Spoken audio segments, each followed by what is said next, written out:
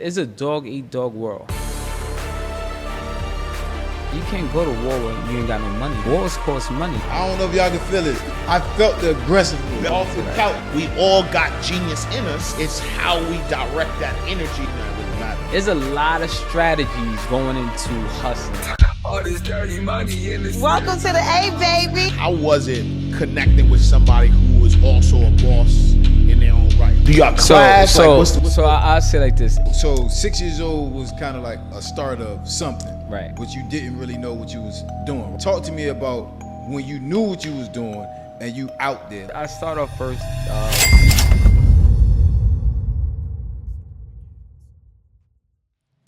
Welcome to Crime Pays, the #1 personal development podcast for formerly incarcerated men and women and their families. I am Ash Cash, the financial motivator. I'm Jay White, first name, last name. My guy want me to say the #1 federal government contracting coach and mentor out here. On the planet. Yeah, for sure. On Crime Pays, we take people who have been behind the wall and talk about their stories about how they're thriving beyond the wall. This interview for me is special, you know what I'm saying? Because this is my brother. This is somebody that I actually grew up with. I've actually seen I know stories, you know what I'm saying? I've seen you make a lot of money, bro. But we're going to talk about that. But I'll say what I can say. Them the questions I got. Them the questions I got. We this is special to me, you know what I'm saying? Because I feel like, I've always, we grew up together. We grew up, your OGs and my OGs. We were, taught by the same kind of people. And we'll talk about that. From the same project. Our buildings faced each other. 1000%. You know what I'm saying? And to see where you are right now, bro, is like, man, like it's so dope. You know what I'm saying? And this is why I wanted to get you on the show so bad, because I don't see a difference. You just chose a different side. And what I mean by that is it's the same D1 I always knew. Right. You always got to the money. Right. You know what I'm saying? Right. But you just chose a different side. So we're going to talk about that. We got Mendeecees Harris, a.k.a. I know you as D1. Did they call you D1 or no? Well, the people that know me before TV, you'll hear it. So if I'm walking, I hear that name, I'll be like, oh, okay. Somebody know you. Somebody know me. Because when he telling me D1, I'm like, who are you talking about? Right. You know what I mean? Okay, cool. So you got to be from around the way. You got to be from the streets. So where you from, bro? Because I'm going to get to know you on camera. So I'm from St. Nick. I'm from Harlem. Okay. I grew up raised in St. Nick projects. And then, I played in the Bronx. I stayed in Brooklyn for a while, and just all over New York City. But my hub is Harlem. Yeah. It's Harlem. Okay. All y'all Harlem guys keep coming down south, which is crazy. Yeah. You're gonna find us everywhere. Everywhere. Especially anywhere where the money's at. Yeah. You gotta Hope said, I ain't never been scared of a drought. When I was 15, 16, get money down south. No, oh my gosh, yo! All right. You know. So let's talk a little bit, right? I'll just jump. I'll just start here though. Yeah. For me, and this is a question I always wanted to know, right? So for me, a lot of my OGs or whatever, same people who was getting money in Harlem or whatever. I was always stirred away from the streets. You know what I'm saying? So I hooped or whatever, and so I was almost lucky in a way where I've been seeing dudes getting money for years. Like I was like 9, 10 years old. You know what I'm saying? I lived in the building with one of the, you know what I'm saying? God rest the dead. Notorious. You know what I'm saying? Notorious. You know what I'm saying? The 6th building, if you know, you know. And, he was always like protecting me. You know what I'm saying? Right. So me and his nephew, like, we couldn't get in no trouble. I got a lot of, speaking of that, you talking about Scotty, right? Yeah, sir. I got a lot of stories with him too. Yeah. I looked up to him in so many ways. Yeah. And I remember he put me in as a kid, he put me in some situations that, I had no clue. I just to say, for instance, one situation, right? We was at a dice game and he was gambling. He was taking somebody's money and he took somebody's money and they walked off, right? And I remember one time he gave me the dice and I aced out, but it's his bet. Mm-hmm. So he got the dice back. He took the guy money. Guy walked off. Guy coming back with a shopping bag, and all I seen Scotty do was take the gun and put it behind his back, a long ass gun. Yeah. So guys coming back with this shopping bag. As soon as that machine gun came out that shopping bag, that hand came from behind his back and let off a few rounds. I remember my legs was stuck. And when he finished, he passed me the gun and told me to go that way. And he went that way. And I was just like, you know, I was a kid. You know, I didn't know. I was like, all right. And I met him at your building and gave him his gun back. And thank God he didn't hit nobody. You know, thank God nobody was harmed because I would have been accomplished and we wouldn't be sitting here talking, having this conversation now. So you know, you live and you learn through experience. There's situations like that happen a lot from hell yeah. You talking about worse? I mean, listen. Listen, let me tell you something. Listen, let me tell you something. We grew up in an era like you know what I mean. We grew up in an era when it was this is the 90s. So this is gunshots. This is shootouts. This is like this is normal for us, and we run towards them. And I guess my question was that though, right? Was like because you older than me, but you're not too much older than me, right? So for me, there was this level of protection. Like, how early did you get into like the real street game, and how, like what was your entry point? Like you rolling dice with the drug dealers and all. Like what was that entry point? I felt like when my family took a fall when, you know, the crack hit. One of my aunt boyfriends used to take me downtown to the village to where he did his thing. And, you know, nobody look at a kid or pay a kid any attention. Right. So he'd be like, here, take the drugs, put it in my underwears, and then I'd sit there and play Pac-Man all day. So every time he finished, I'm giving him some substance. I don't even know what I'm giving him, but I'm giving him. And I remember going home telling my mom what happened, and she told at the time my father what happened, and then they started fighting, right? And that was my introduction to the streets. And I had to be, you know, playing video games, not even be able to comprehend what I'm doing. I had to be like 6 or 7. Wow, that's early. Yeah. But so you from a 2-parent household? At that time, when I would say about a couple of years after that, the household fell. And once the household fell, it was just like kids outside the projects, no curfew, nobody's telling them to go to school. Back then, you know, can you imagine looking out your project window, seeing people getting shot, people hustling. Most of my friends' parents was going through the same thing that we was going through. So we was basically raising each other. And most of the kids was out there just trying to find something to eat that night. You know, they had no parent. Like, you know, back then, when somebody had the grandmoms had all the kids. Everybody in there. So, you know, it was pretty much too much she could even handle. Right. And you know, that I guess that you was. You gotta think parents is on drugs. So like, there's no money. Like we really like that's why I started packing bags at Bravo's at 8 years old, because I'm like, I'm trying to figure it out. I'm selling mixtapes, t-shirts. Like this was like we became adult. I was an adult at 12, bro. Yeah, look, most of us missed our childhood years, right? 1000%. I never had the opportunity to play basketball, right? And or do things kids my age was doing, right? Because I had to worry about how we gonna get some money, right? To feed the siblings, and you know, or put some clean sneakers on our foot, or you know, or how to go to school presentable, looking decent, you know. So when the kids was playing, you know, I wasn't playing. You the oldest? No, I'm the second oldest. Second? How many total? It's 3 boys and 1 girl. Okay. As the second oldest, did you already take it upon yourself? Parents split, crack hit. You like, all right, it's on me, or how was that? So like? being the second oldest, right? You know, me and my brother, we're 11 months apart. Okay. So if I'm looking for him to figure it out and he's taking too long, not the leadership come in. Yeah. You know what I'm saying? It's like, you taking too long. Yeah. Like we hungry. Like, what's up? Like, what are you doing? And he's steady like, nah, fuck that. You know what I'm saying? Like, he's like, I don't know. Man, I ain't got time to say you don't know. Right. Like, we gotta figure this out. Yeah, for sure. So, and ever since then, I love my brother to death. I know he's gonna kill me for my shit, but I've been the leader ever since. And in other ways, he's good at what he's good at, right? And you know, he trusts me to lead to get the money, and I trust him to have my back.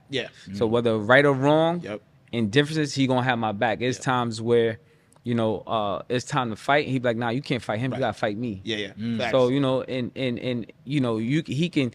Me and my brother don't look nothing alike. So he he could be in areas and people say something about me and don't even know they standing next to my brother. Yeah. And he's like that to this day. Okay. So it's like me and him could fight each other, but you can't fight me. For sure. That's how You know what I'm saying? Yeah. So he listen.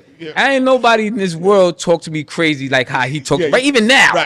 Right. So I'd be like, yo, come on, bro. We too old for this. Come on, we can't be doing like, nah, fuck you, nigga. You gonna send it to me or not?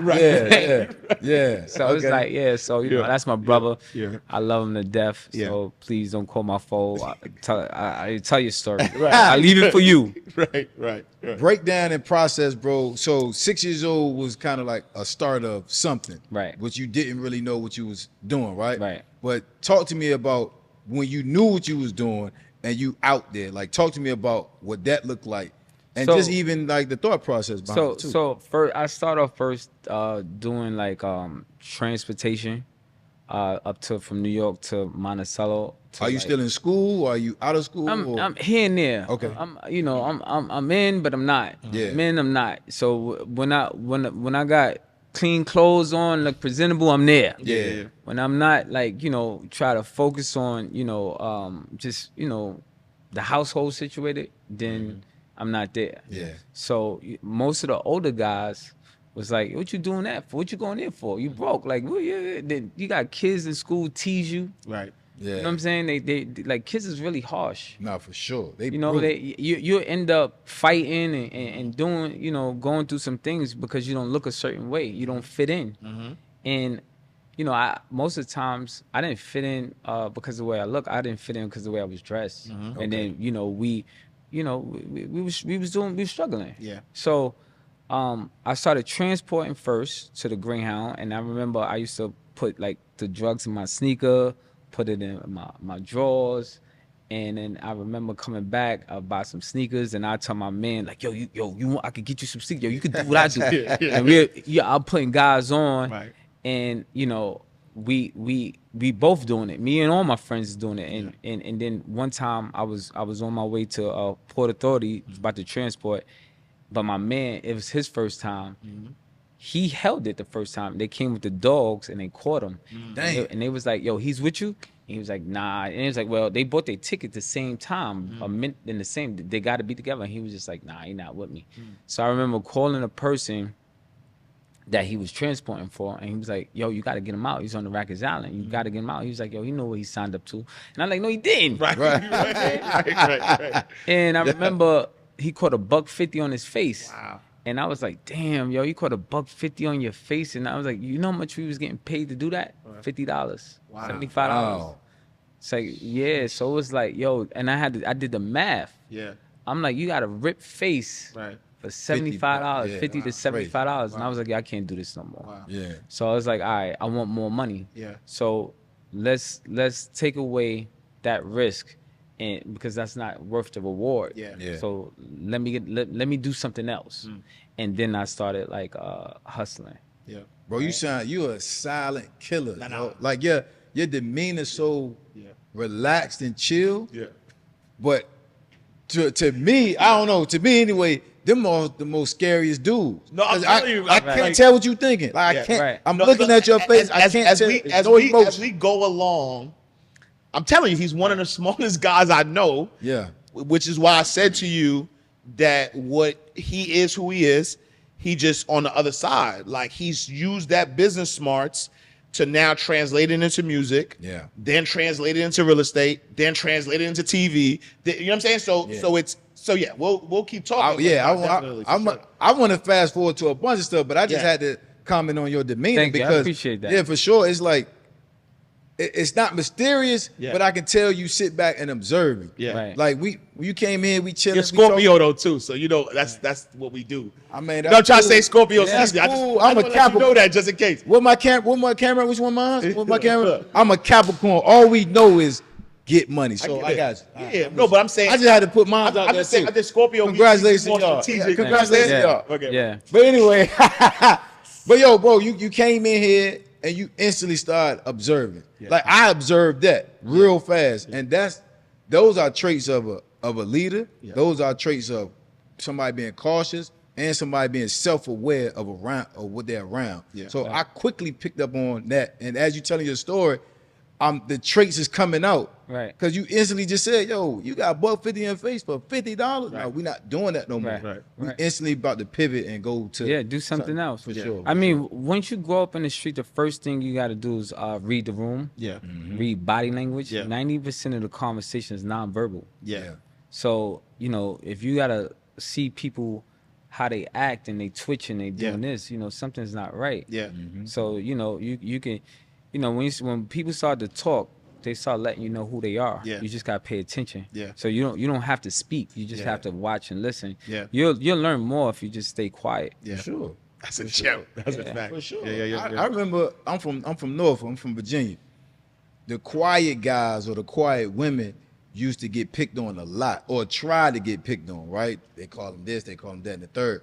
But now the people that are like that is embraced because you know how to use that superpower. Yeah. Right. But anyway, let me Yeah, they say it's power in silence. for sure. Yeah. Right? And holding your tongue. And when you learn how to hold your tongue, Yeah. you know, when you speak, you know, you speak volume. You know, so can't just be frivolously speaking and you know, you're just all over the place. And I feel like who you are and even as far as personality, that's not for everybody. Yeah. Facts. You know, because some people don't know how to take it. Yeah. And we don't want a misconception where now because you don't know how to take me, mean you have a problem. Right. Right? Because somewhere I misrepresented myself down the line where now you on jokey joke time and I'm not on that time. Right. Yeah. Right. Because people will be quick to test you. Yep. So, you know, they if someone talk to you a certain way or just see how far they can go, but if you never open up the door, it's never gonna go there. Yeah.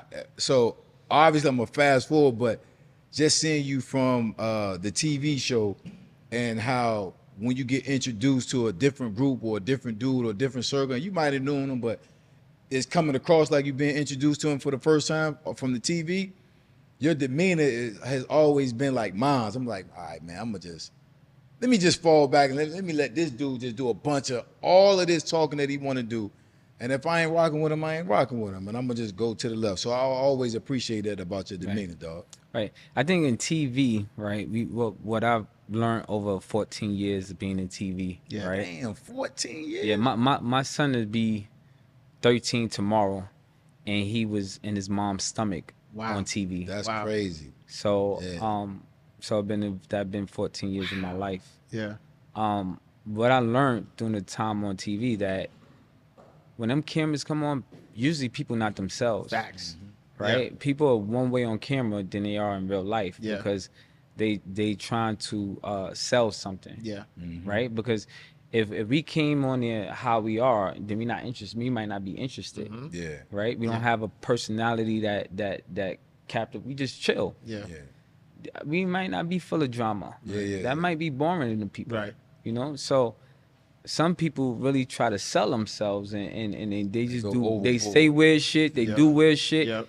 And I can't conform to that. Right. You know, so it's like go ahead and you entertain them. I'm gonna Right. sit back shit.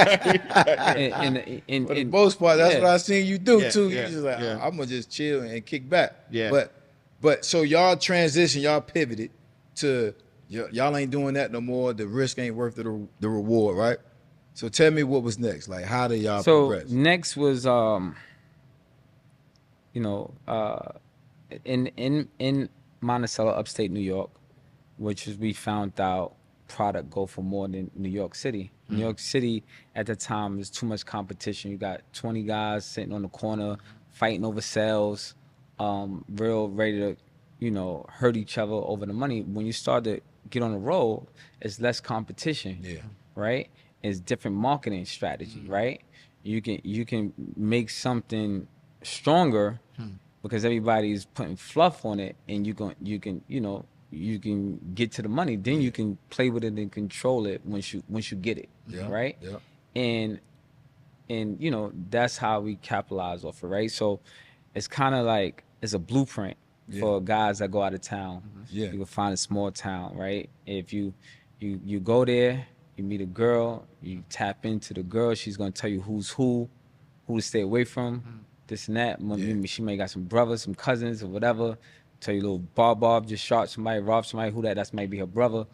And she's gonna let you know what you need to know, and then you just start doing your thing. But you got to be cautious, because you always gonna be what they consider the next nigga, right? The next nigga is not a local nigga from somewhere else. So we the first person they tell on. We the first person they rob.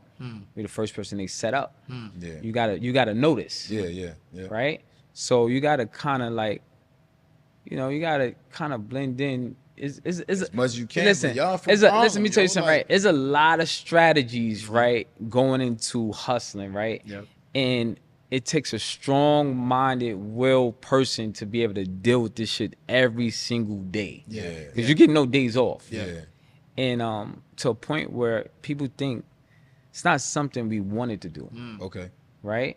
We just didn't have the right role models to teach us something different, show us something different. So you could think before we even could come outside, people's already coaching us to become this. Right. Right. And when you don't have parents involved in your life, the kids become vulnerable. Right. Yeah. Right. So now, I see myself as like with these kids, I'm paying for kids' school. I'm telling them to go to school. They books, they clothes, whatever they need to be comfortable, because I see myself in them. Sure. Yeah. Right. So that's a lot of times, if I talk about my street days, I'm not glorifying it. Right, I don't even like to talk about the money part, right? Because I don't want to entice nobody, because they might not have the same outcome and results I have. For sure. Right. I got 3 sons. I got kids. I be telling them more of the mental getting out of it. Right. Yeah. Right. More of the danger, prison, getting shot at, getting people trying to rob you. Just all the stuff that comes with it that people don't talk about. Right. Imagine this being on your mental every single day. Which is crazy. You gotta be hella stressful. Yeah. It's a dog eat dog world. Right. That's the part I wanna. My bad. Go ahead. Yeah, you gotta worry about the people you selling it to telling on you. You gotta worry about the people giving it to you telling on you. You gotta worry about people that just jealous of you. Going in and be like, yo, you locking me up for that nigga getting all the money? Go get him. Right. So, so then your names start to ring bells. Yeah. And it's like they want to get you. Right. You just got a system that they gotta crack. Yeah. And what you do in the dark one day, everybody don't get a long run. Right. We didn't see a lot of people have a strong short run. For sure. And you just gotta be strong minded to be like, yo, I gotta get her out. Yeah. I gotta get her out, because this ain't for me. That's the part I wanted to, like, I guess of your story that I wanted to fast forward to, because when you got a strong short run, are you? But you didn't have a short. You didn't have. No, I had a long run. I had a long. Listen, listen. I had a long run. Long run. Yeah, I had a long run. When you got knocked, it was like almost surprising. Like, Yeah. bro, I thought he was out the game. Like, I didn't Right. even know he was still in the game. By That's the what I'm time. saying. Like, I obviously learned about all that off the show, right? Right. So I'm like, But you got to think about it. Think about it. If it's off the show, it already happened. no, but what I'm saying, if it's off the show, Yeah. and we're talking when he was a teenager though. Right. Right. Right. By the time the show came, this dude Yeah. is At the yeah. time I'm in my 30s. he's in his 30s, bro. So I'm peeping the game. Right? Like, I'm peeping the longevity. Yeah. And then you not like obviously you on TV, so you're not moving in a certain light. You move how you supposed to move, right? Yeah. But what I was saying was, or about to ask you, are you feeling this? Is now you're on TV? Are you getting more stressed out about what you are doing behind closed doors, or what you were doing? Like what's that mentality like? Because you was just talking about like you got to think about this every day. You got to be strong minded, strong will. Like what's your mentality? I think I'm grateful, right? Because being in the street, we pray for something different, right? And most of the people don't have an outlet to know what's different, right? We could be inspired, but we didn't have the internet back then, right? We didn't have people such as ourselves giving us game. We had to just do the best of what we see, And I think I pray for it, right? And I knew that one day I get out, and one thing about seeing opportunities and taking them. Yeah. You're from New York. You don't have time to stall on an opportunity. You take it. Yeah. You take it. Yeah. Because you know, city is fast. If you're not gonna take it, somebody right there, Right. Yeah. reaching over your shoulder Facts. to get it. So if you don't snatch it fast, you missed out. Yeah. So you know, I think for the most part that you know I'm so grateful. I'm at my meetings on time. Yeah. I'm doing everything I supposed to do. I'm not like one of them guys that's difficult to work with, because I appreciate these moments. I can never forget the times I wish I could be doing this, right? And I tell my kids, you know what I used to do for my money? This right here is easy. Yeah. You know, so it's kind of now just balancing the, you know, my mental balance. Yeah. When I got, so I asked everybody this because let me tell you something. Like when they put them handcuffs on me, I literally was like, my life didn't flash before my eyes or nothing like that. I instantly was like, let me just turn to a different dude. I think I wanted to be more aggressive instantly. I'm like, all right, you put the handcuffs on me, okay, cool. When you walk me back here, I gotta show no fear. I gotta look like this, that, and the third, because that was my first time being locked up. I don't know if that was your first You was time in the being feds? locked up. Huh? You was in the feds? Military jail, the Brilliant. Okay. So how was your experience? Was that your first time being locked up? Well, that's my first time going to prison, but Okay. I was getting locked up for like stupid shit. Okay. But this was my first time and the first and last time. For sure. Let me say that in going through prison. What was that like, mentality wise? I'm that nigga. Okay, all right. I wish a nigga would. You know what I'm saying? So Yo, I promise you. So your it's like aura- your aura's so it's quiet, like, bro. It's like, and I'm going through prison rich as fuck. Yeah, So it's like play with me if you want. yeah. I'll show you what money do. If you don't know how to control money and don't know the power of a dollar, I'll show you. Yeah. So go ahead. See, now you correct. So I don't know if y'all can feel this. I felt the aggressiveness Yeah, well, off the right. couch. You know, 100%. I felt this just at the moment. But that's the other the thing though too. aggressiveness. Like in Harlem, we know like the loudest person ain't the toughest person. Like Right. most of our gangsters wasn't the loudest dudes. It was that demeanor, which is funny to me a little bit because like seeing you on TV is different. You know what I'm saying? Because it's like you've opened the door, whether intentional or not, for people to play with you, right? Right. But like, Oh yeah, that's another story because that shit's a headache. Oh my I god. can imagine, bro. We're gonna get to that. Yeah. though. I can imagine, like, Right. you know what I'm saying? Because when you know, it's one of those, like you said, it's one of those things where, I mean, so the streets talk, so you know who's who, you know who get busy, you know who to play with, who not to play with, you know. Again, that the loudest dude is not the toughest dude. It's usually the smallest dude. It's usually the quietest it's dude, usually right? the quietest Super dude. quiet, You know what I'm saying? And so you understand that, and then again, when you like you said, the power of the money. Right. Then you also understand that the dude who got it, you know what I'm saying? Like So it's like growing up, right? And I know you hear the saying, you can't go to war when you ain't got no money. right. Yeah. Wars cost money. Yeah. Right? You stuck on that corner. You ain't gonna see it coming. Right. You looking for a familiar face. You ain't gonna see the face that's gonna get you. Yeah, that's gonna Right? get you. Right. So one thing we learn fast is how to control the money and understand the power of a dollar. Yeah. It's sad to say that people life in the hood is not expensive. It's cheap. Yeah. Yeah. Right? And that's just the world we live in. And that goes for prison. That's universal language. Yeah. Right? Yeah. And everybody got a family to feed. You know, the worst thing you can do is mess with people that work out of desperation. Make decisions out of desperation. Yeah. Don't make decisions based off emotions. Yeah. That's the worst thing you can do. Yeah. So you gotta understand you broke. Yeah. You don't play with nobody with no money. Yeah, for sure. Yeah. Please don't do it. I will advise you, right? Yeah. Don't play with nobody with no money. Yeah. Like you learn that early. Like Yeah. I started losing friends Right. for playing with people with money. Yeah. Right. And I understand. And I didn't see their own friends take the money. You know, so Yeah. we grew up. We seen these Right. things. Yeah. Right. So you know, some people just don't have the experience, or and I maybe that's good for them. Yeah. Before you forget, what's your story about when Ash was like people thinking they can play with you? So Before you forget. so I think now, right? I'm older. I got children. I got a 20-year-old, Sure. and I feel like I be tested a lot, right? And I think Just people with randoms or no, just just people? not just I wouldn't say randoms, right? Because I'm sorry, because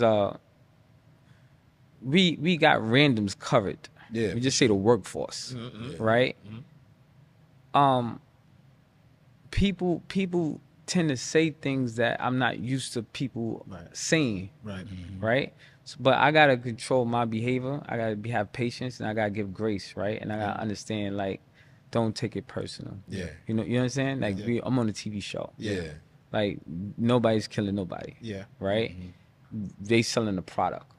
Right? And the product is drama. Yeah. Right? That's right. So don't take it personally and let these people play you out of position or play you out of your freedom. Facts. Right? Yeah. Because it's easy to go that way. That's our first nature, is to go that way. But now, as leading, for example, for our children in the community, what I try to do is just try to have grown man conversations, and tell someone, well, if I feel disrespect, I'm gonna talk to you. Yeah. Normally, we probably wouldn't even talk. Yeah. So we could get some type of resolution going on and say, listen, man, and I don't joke, I don't play with you. Why you doing this? Right. Yeah. Right. Yeah. Yeah. And at some point, you know, as a man, you gotta respect that. Yeah, for sure. I'm hoping so. Yeah. If not, then I just stay away. Yeah. And I was gonna say though, because I think like this generation is almost cooked though. You know what I'm saying? And the reason why I say that, which is why we do what we do, is at least when we came up, there was a code. There was like rules. You know what I'm saying? So you could predict. People had integrity. Right. And morals. Right. Once they invented the internet for clickbait and clicks and likes and views, it's like I'll give you a story, right? There used to be some guys I used to respect, right? And I used to be like, they had a lot of respect in the streets. They gave them a cell phone, put them on the internet, and these guys became the biggest clowns of the world. Yeah. Their respect level, they lost it. Yeah. Right? Because before, we never used to see people in a joking manner, jokey. Yep. And we used to fear these guys. Right. When they came through, shit was on. Now their personality, they let it out. You'd be like, oh, he's a clown. Right. What? Who's scared of this clown? He's really a clown. Yeah. Oh, I got my shot. Come here. Take home one of those before you wouldn't even play. Yeah. But by people being so openly free, Yeah. and just, you know, they conform to social media, and you know, I don't know, you know, they just do too much. Yeah. Yeah, you said it. Conform to social media. Yeah, That's so what it is. Yeah. Nah, that's what it is. And so walk us through, right? So right before you go to prison, you had transitioned into the music business. I know you were like doing music management, things of that nature. Were you still in the streets doing that, or you totally? Honestly, I was dipping and dabbing. Okay. Right? Okay. Because I created a system where I just got paid for a conversation. Right? I ain't touch nothing. I don't got no phones. I ain't got talking phones, nothing. I just come, we have a conversation, and that was that. That's how far I got. Yep. And having one foot in and one foot out is never a good thing. Yeah. Right? Yeah. And I didn't get caught up for something I did. I got caught because someone couldn't live with what they did. They had to give up a few people. Yep. And everything, God make everything happen for a reason, because I could have been out there and lost my life. I could have been out there and got a bunch of time for some shit I really did. Right. And it was just basically sit down for a little bit, me humble you, and give you time to refocus, regroup, and come back harder than ever, because he just slow us down sometimes. Yeah. You know, and maybe I need to sit down for a while, a short time. I was thinking God, you know, and you know, get refocused. So who really for me? Because when you getting money, everybody love you. Facts. Right? Everybody love you. You know, you spreading love. You see the smiles. You get the treatment like you're a superstar. You know what I'm saying? Like it's kind of like built you arrogant. You know, you start to have this chip on your shoulder, like, and you feel entitled. Untouchable too. Yeah, and you feel entitled. This the way you're supposed to do it. Right. You know what I'm saying? Right. So when God take everything all out of the way and humble you, you know, you really get to see what matters and who matters. Yeah.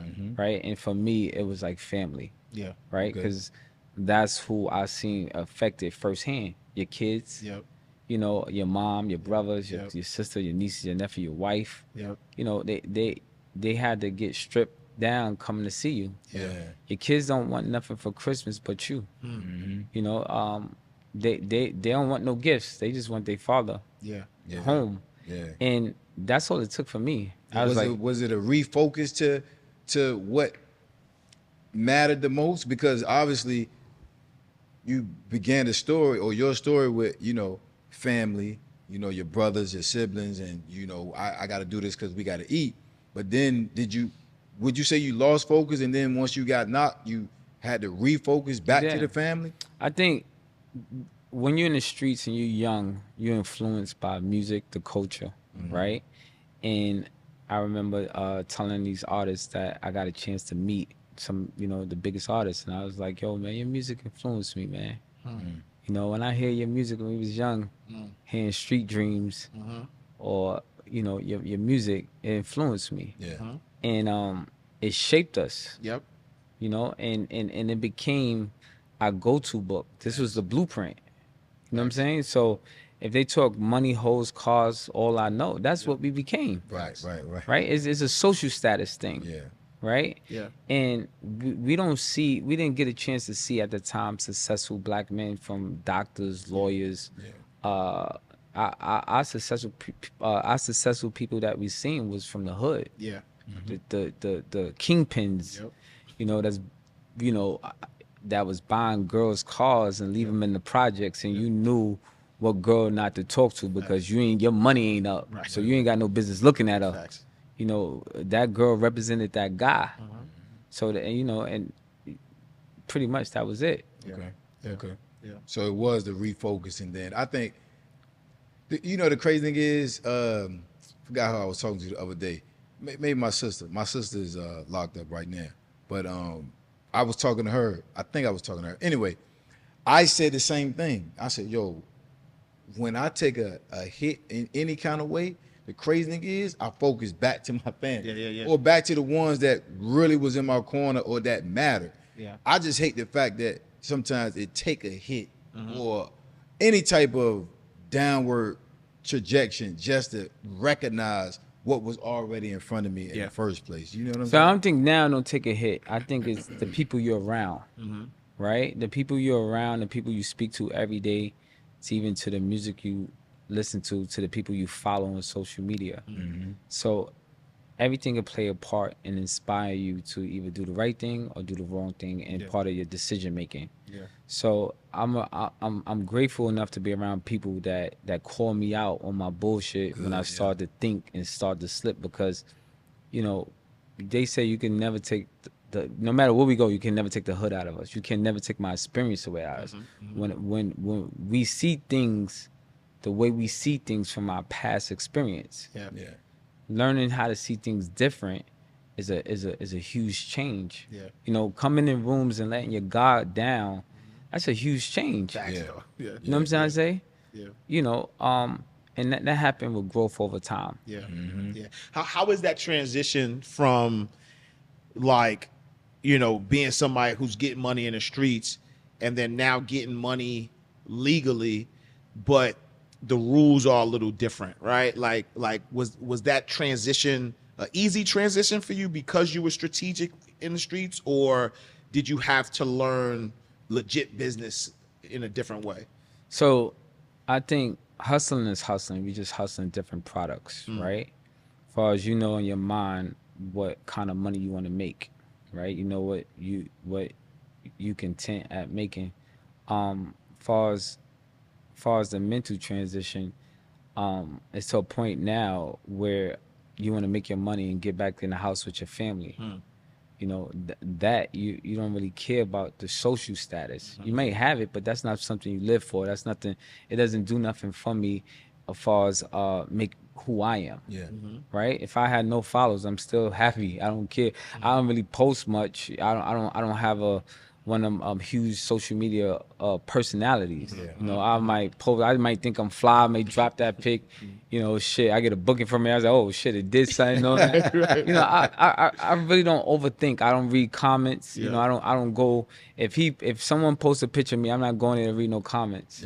Because everyone is not going to like me on his page. My support is going to be on my page because they invested in me. They're not investing in me on his page. They invested in what he's doing. So whether he posts you, me, whoever, they're gonna show him the love. We might not get it. And you see them hate on everybody. And it's like I listen, I learned in this business to have a thick skin, right? Because when I first got on social media and I first got on TV, me and my people, we used to be arguing with people in the comments. We used to be trying to find them, like, yo, what?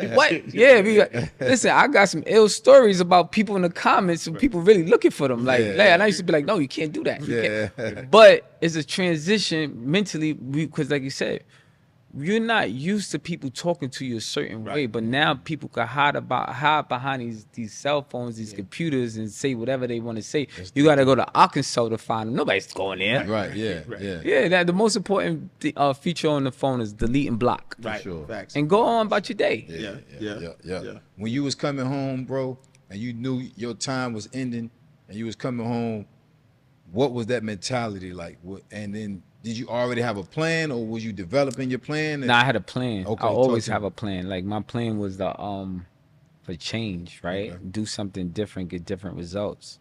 And one of the things was that if I go back to New York, no matter how successful I become, I'm gonna still hang out with the people that's loyal to me.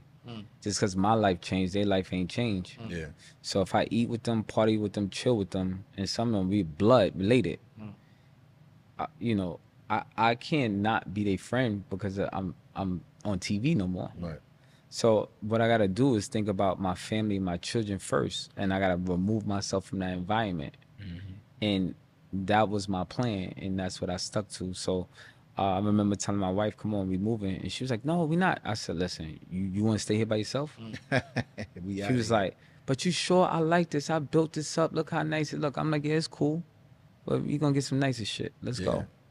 And sure enough, we did everything I said I wanted to do. We did, and she trusted me. She trusted the process, and she knew that I'm not going to just be talking the talk. How was it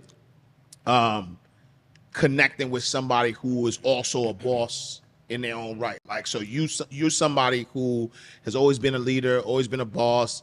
You know, I don't know how, you know, if you want to talk about how y'all connected. I met her? Yeah, I tell you. Yeah. So I had met an artist that she used to manage, right? And he wanted me to go to Miami with him and stuff like that, and he introduced me to Max B. First called me. I don't know if you're familiar with Max B. Yeah, for sure. So Max B invited me, and I remember the artist was like, you know, he understand what I'm doing in Harlem. I understand what he's doing in music, and try to find a way. I'm sorry.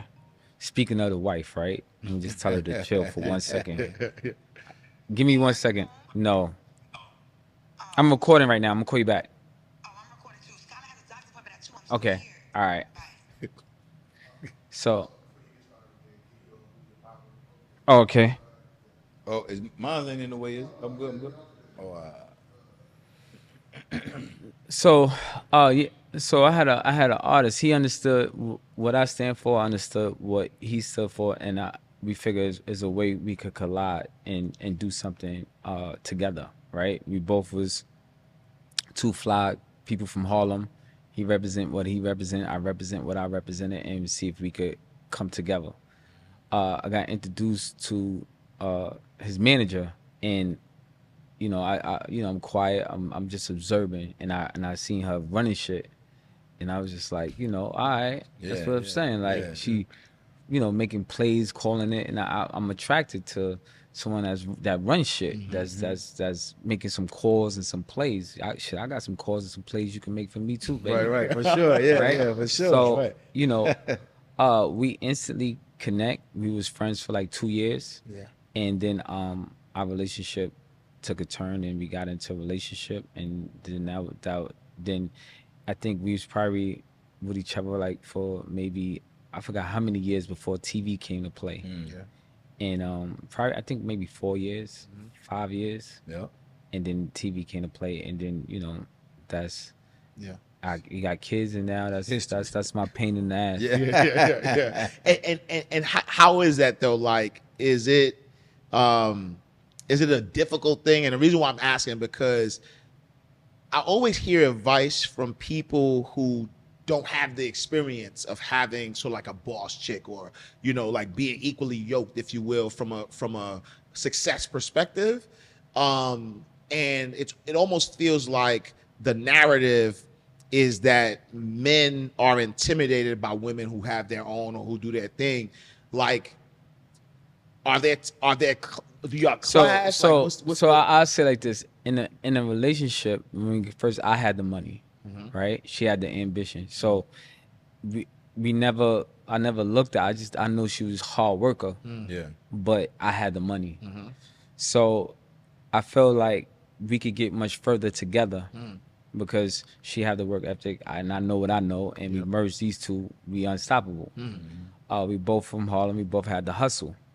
So what happened is I believe that whoever got the momentum, you get behind them, right? Yeah, I like that. It's not about it's a household thing. Yeah. It's two strong incomes is better than one. Facts. Right? And if whatever role I need to play for her to succeed, vice versa, that's what we gotta play. It ain't about money, because once two people got money, we only choose to be here. Yes.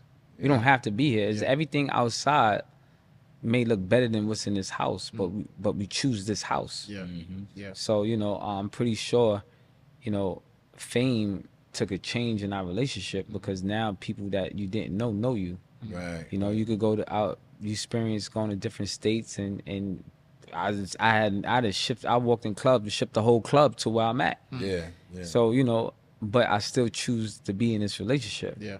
Right. And it's not about because she caught me, right? But now it's a tug of war. Yeah. She may have the momentum this year, I might have it next year. Yeah. And for me that it ain't look, we got kids together. Yeah.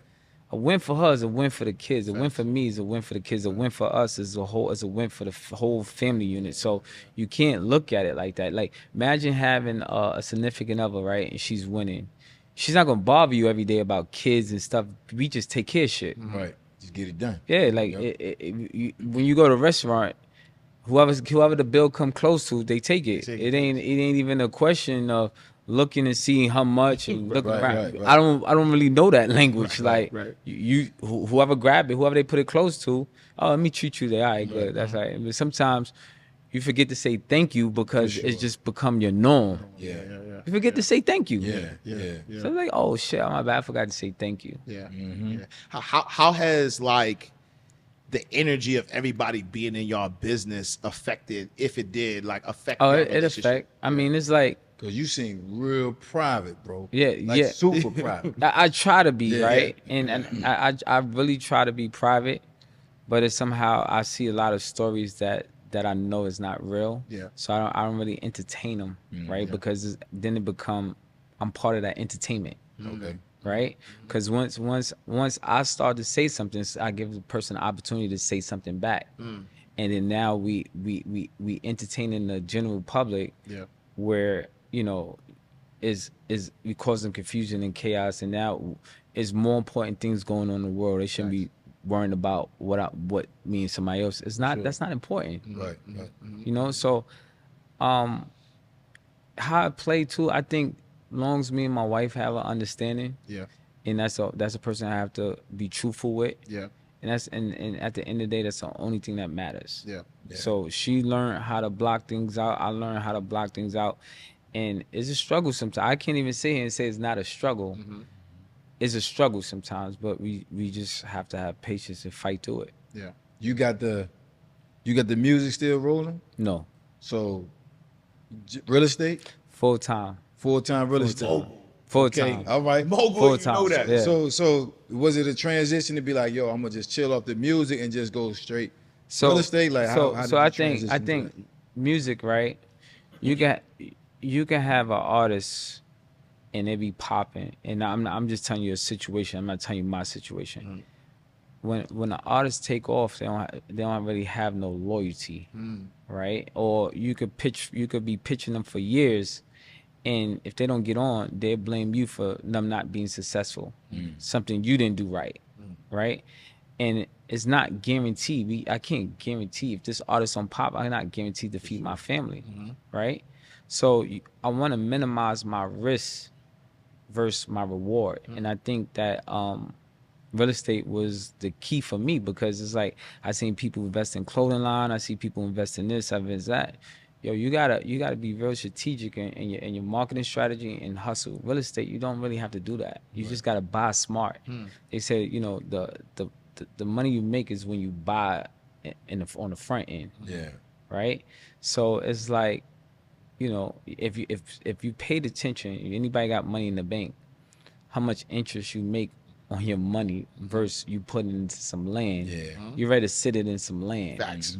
Right? Sure. Because we deal with inflation, everything is going up. Yeah. Look at the price of bread, the price of eggs. They was complaining about eggs. Always everything, right? Yeah. Eggs was like $7. Remember, it was 99 cents, 89 cents, $7 now. Yeah. So the same thing with, you know, with real estate. You know, when you think about 5 years when I moved here, 2 bedroom was going for $1,050. That same 2 bedroom now is $2,400.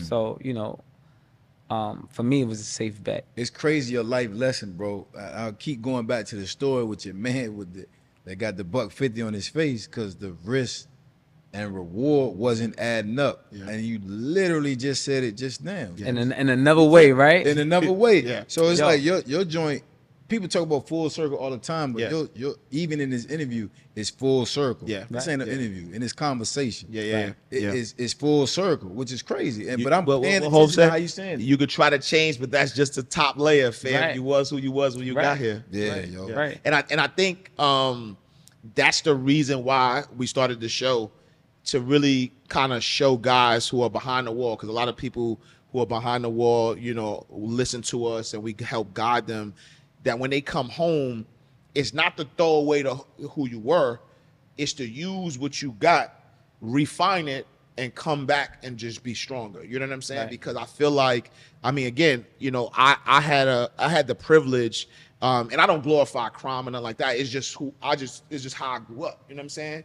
But you know, I've sat with some of the smartest people. I'm talking about like when you really, and this is coming from I was a banker, you know what I'm saying? So I lucked out and got into the banking world at the highest level. I was a CEO of a credit union.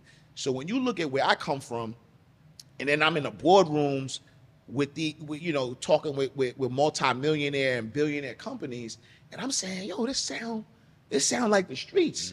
This sound like what my OGs taught me, right? I always tell a story about, I mean, you know who I'm talking about, but one of my OGs who's known for getting busy. And I remember when I was selling like mixtapes and stuff, and I remember walking to a barbershop and I'm trying to get a guy the CDs and he wouldn't take the CDs. My man grabbed them from me and just walked in and then came out without them. And so I'm looking at him like, yo, he said, yo, you doing too much talking. He said, do more telling than asking. And so in my mind, I'm like, do more telling than asking. Yeah, he walked in there. He told the guy, look, here are these CDs. We selling them for this amount of money. And I'm going to come back and just whatever you sell, give me X amount of money. I'm not asking you whether you're going to do it or not, you know? And then that lesson, though, that lesson is how I became successful in banking. That was that one lesson. Damn, that's crazy. Because now when I went to the bank and I would sit with a customer, I did more telling, less asking. I did not say, do you want a checking account? Do you want a mortgage? I didn't do that.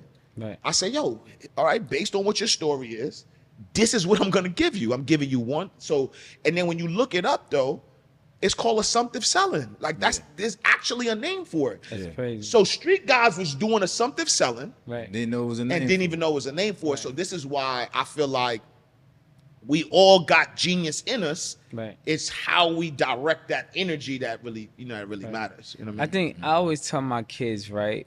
Man, I actually was telling my oldest son yesterday morning because I was like, "Yo, it's Monday, man. What you doing?" He was at my house. He got his own place, but he was at my house. I guess he felt like being alone. So I'm like, "It's Monday morning. What you doing?" He like, "I don't know." I'm like, "Listen, man, we got a gift." You say, you know what your gift is? And so it's just in your DNA. I said, figuring it out. Yeah. That's your gift. Yeah. I said, it's up for you. I can't figure your shit out. You got to figure your own shit out, right? You got to learn how to figure your shit out without asking for help or wanting me to put your plan together. Put your own plan together. Yeah. Yeah. And he was like, all right, I got, and then he went and did whatever he did. Now I told him, you all right, you good? He's like, yeah. But I try to encourage him to be independent and also think independent, right? Don't rely on me to think for you. Right? Yeah. Learn how to think for yourself. Yeah. And once you get that concept, you'll watch.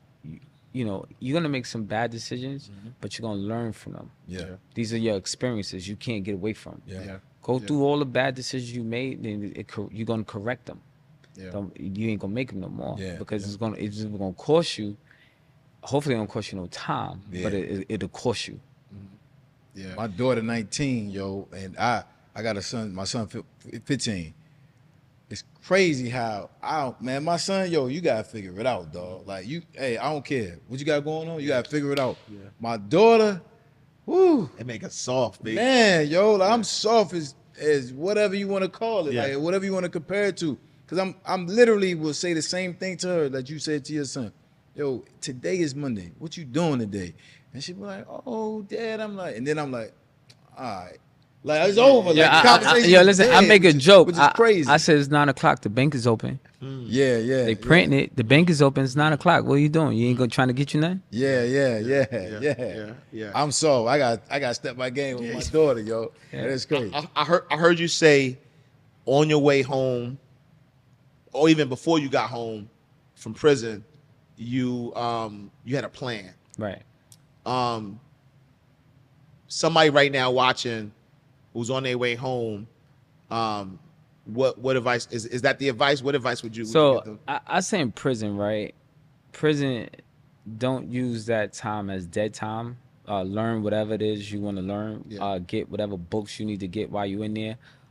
We're not able to ever, you might not never have that free time in your life ever again to work on you, right? Without the distractions of bills, you know, where you living at, you know, they give you somewhere to live, they feed you 3 meals a day. Work on you, right? You know, I was inspired by people going through what they're going through and coming home and you know, just sticking to their plan.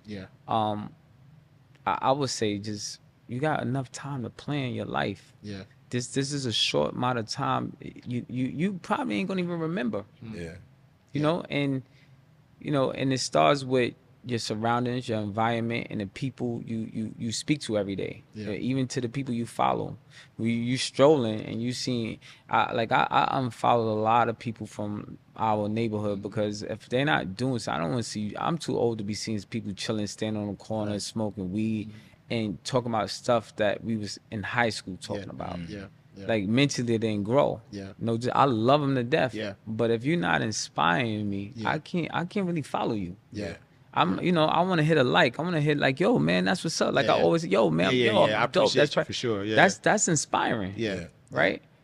I can't. You being a dickhead don't inspire me. Right. You trying to get me to crash out. Yeah. You know what I'm saying? Like you're encouraging me to crash out. So I gotta let you go. You know, I'll call you from time to time, but I don't need to see what you're doing. For sure. Yeah, no, I appreciate it. And I'll give you your flowers though. Like you always hitting me like, yo, bro, I'm proud of you. Like you always like encouraging me, right? Which actually means more from you and anybody who I'm like who I grew up with than it does like somebody who randomly know me. So I appreciate you because I think that, you know, again, it's one thing to like think you know what I've been through, but to like know like we made it out the 90s. Like we made it out where we was going summer to summer. Like you didn't know, like we didn't have dreams. I know I didn't. I was like, yo, I'm just trying to be jail free and alive by September.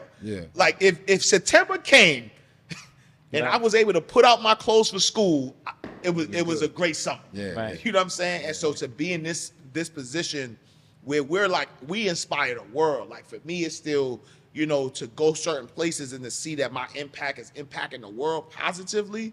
Like that means a lot. And to, you know, like again, we see each other, because I think for me, that's what like I love to see you. Like I love to see you doing your thing, because again, you're like walking into like you've always walked into your greatness, you know what I'm saying? But you're walking into it. Now the world gets to see it. You talked about real estate being that thing for you. What is what is Mendeecees Harris?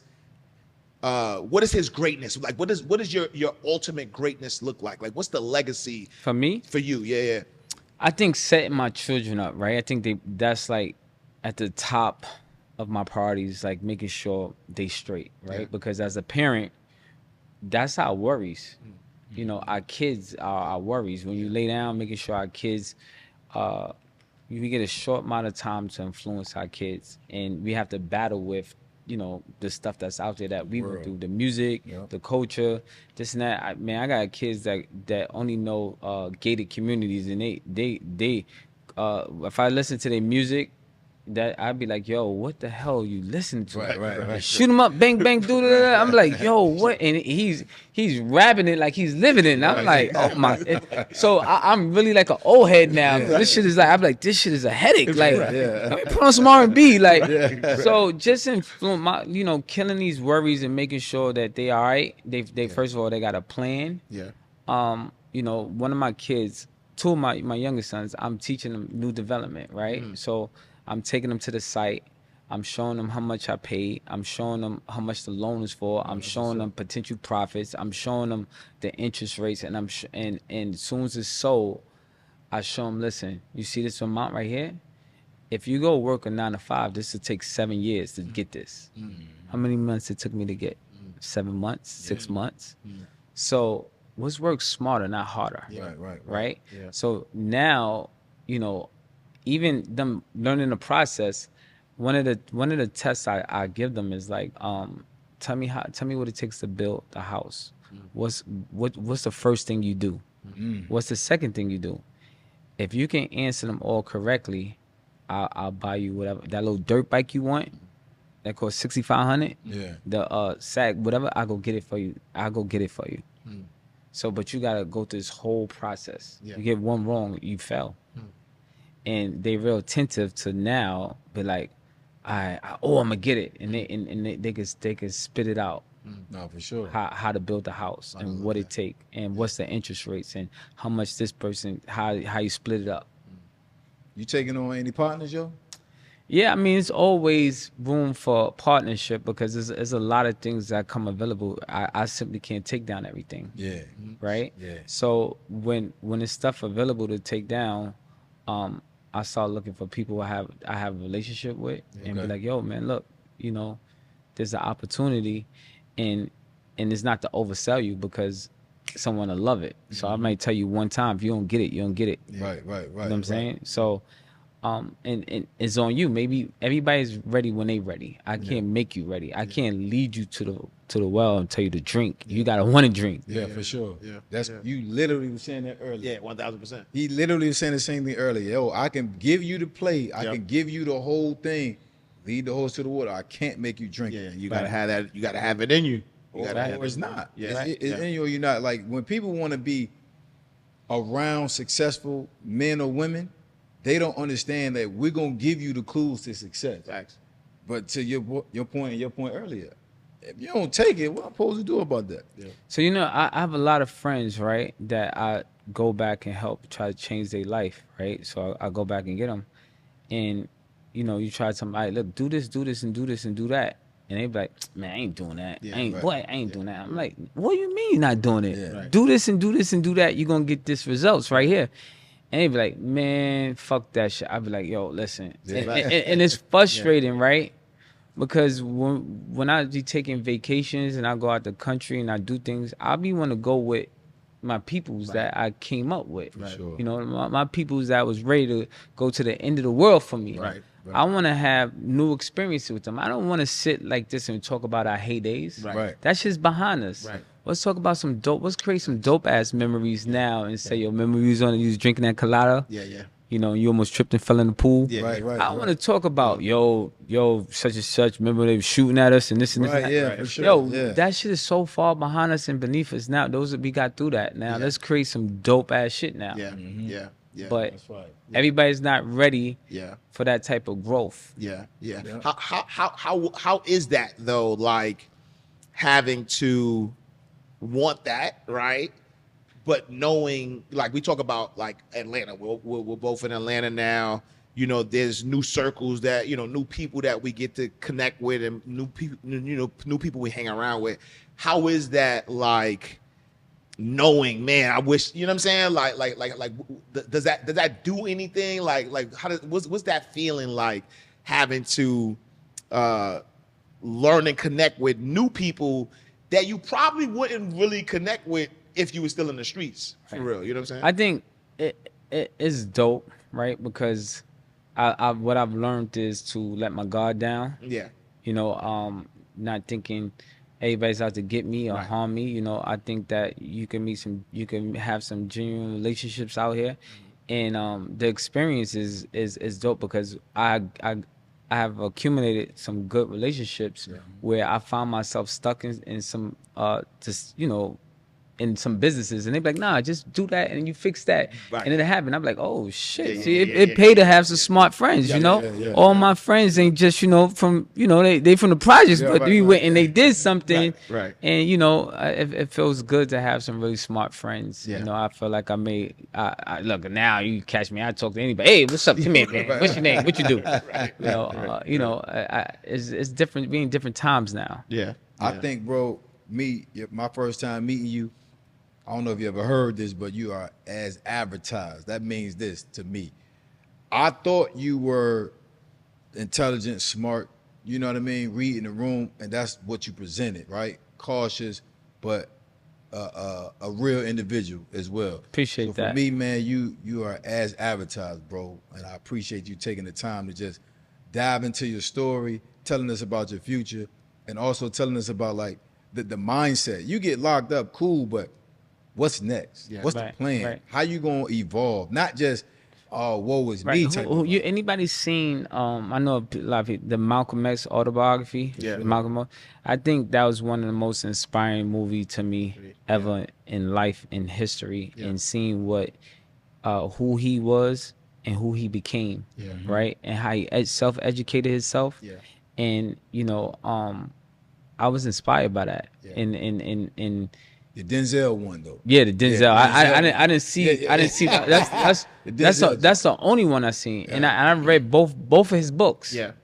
And you know, I was inspired by that. And I think that everybody should utilize that time to self-educate themselves, right? Because when you self-educate yourself, you get to learn what's important to you.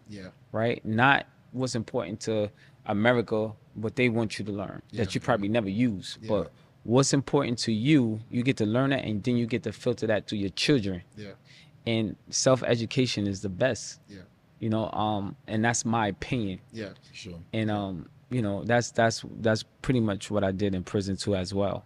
I took every class I can take and got every certificate I could take because I thought I might get an early release. So when it came up, I'm like, look, I took every goddamn class. This got to count for something. You know, I tried. You know, you got listen. I tell you, when the opportunity comes, you got to try. You got to jump on it. You can't sit around. They say, oh, you get some classes, you're gonna get some points. Oh, it was so many classes I took. I started paying for them. Because my homeboy was on. I was like, yo, how much? $15 a class? Let me get that certificate. So, Jay, how could what you do with government contracts connect with new development, real estate? Is there a connection there? Yeah, for sure. That's the reason why I subliminally said, are you taking on any partners? Right? Because the federal code is a program that I created where we teach individuals and people about federal government contracts. I've been doing this since 2008. But I sublease 4 warehouses to the federal government. But now when we're talking about on the residential side, a lot of people don't recognize and understand that the government, especially on the federal side, they look to buy houses and lease houses for these officials that come from overseas, and they house them for 3 months, 4 months, but they paying you for the next 2-3 years. So the synergy is always there with somebody like yourself that's into real estate, looking for new development. I'll find a government contract that makes sense for that area, and it's a wrap.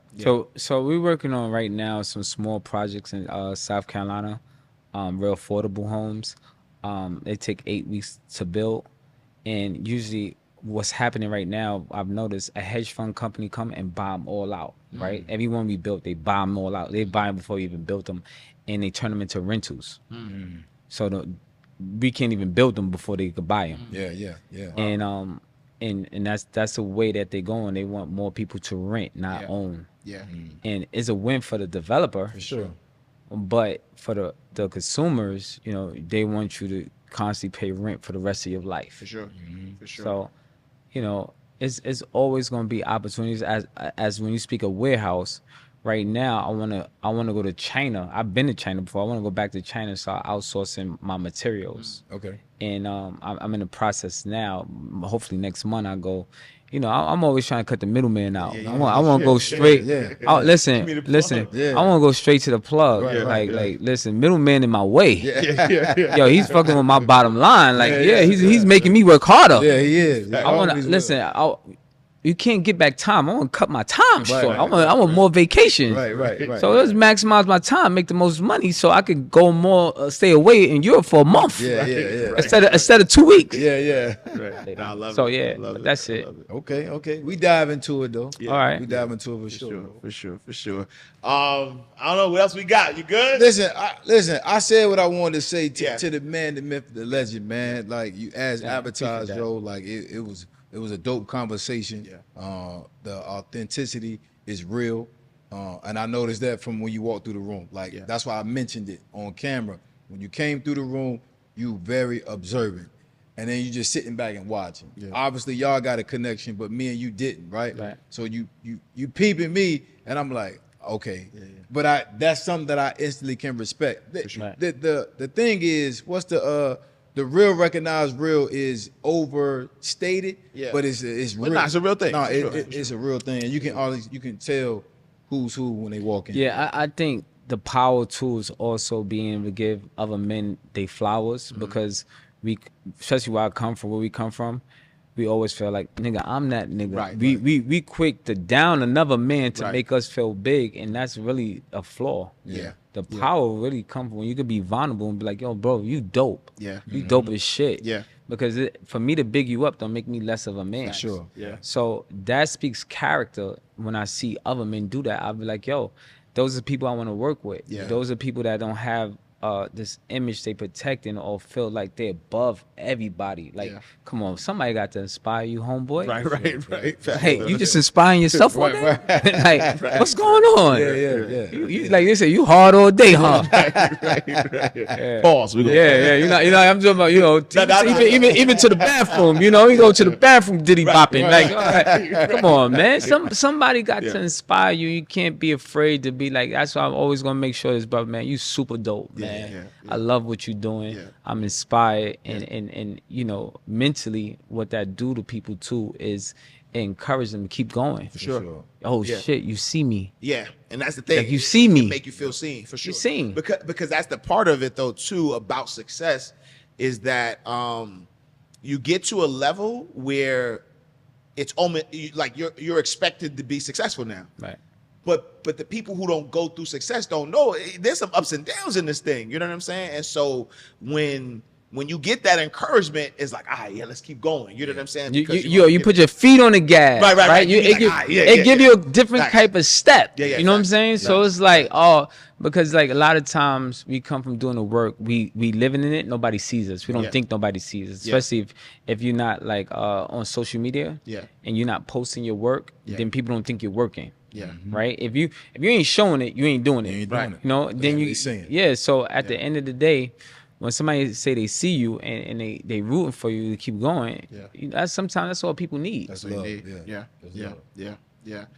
Yeah, I'm good, man. I appreciate you, brother. I think you know, this was, you know, I think so just as a wrap up though, I do think that in your story you displayed exactly what we want the show to show, right? That is really about like the strategies that you have that made you successful in the streets is the same strategy that that you've taken to you in the business world. But it's because that's the other piece of it though too, is that I don't think people give enough credit, and again, it's not glorifying it, but people don't give enough credit to the streets. Right. As if I heard Elon Musk said it though. He said if you gave me a company to run, I'll snatch your drug dealers right before I go to college, because their decisions not based off emotions, right? And they life experience is better than textbook. Yeah. And when he said that, I was like, you know what? Damn, I never really looked at that, and I had to dig deeper into that statement, because when you're in the streets, we know this product is harming you and your family, right? We become parasites. Yeah. We care more about the bottom line than the damage that it's causing. Yeah. Our financial decisions not based off of emotions. It's based off of what's financially better for us. For sure. And he understand that. Yeah. And and you got to think about drug dealers. They successful without marketing. They don't have they marketing is behind the scene. Usually you'll be standing next to the plug or the man, you wouldn't even know. Facts. Especially if he's like low key with it. So he doesn't, it's a different way to market. So they understand the market strategy. Yeah. You know what I'm saying? So and that's exactly it. Like a lot of people don't show that credit to that. So I just want people to realize that. I just want people to realize, like, yo, you got something that you could be building a multi-million-dollar enterprise, $1 billion enterprise, and just understand that. So, brother, I appreciate you, man, for being here, for being who you are. Sure. You know you got my unwavering support, whatever you need. You know what I'm saying? We gotta work on the book. So I'm gonna I'm gonna put it out there. Right. We've been talking about a book. So and you actually gave me some ideas that I'm gonna run by you, but I think I know what the perfect book is gonna be. So my brother, I appreciate you, man. Yes, sir. That's it, man. Another awesome episode of Crime Pays, the #1 personal development podcast for formerly incarcerated men and women and their families. I am Ash Cash, the financial motivator. I'm Jay White, first name, last name. All right, y'all. And I'm Mendeecees Harris. Do I get a chance to do a drop check? All right, but listen, and I'm Mendeecees Harris. Let's go, y'all. And we'll see y'all next time. Same time, same place. God's will. Peace.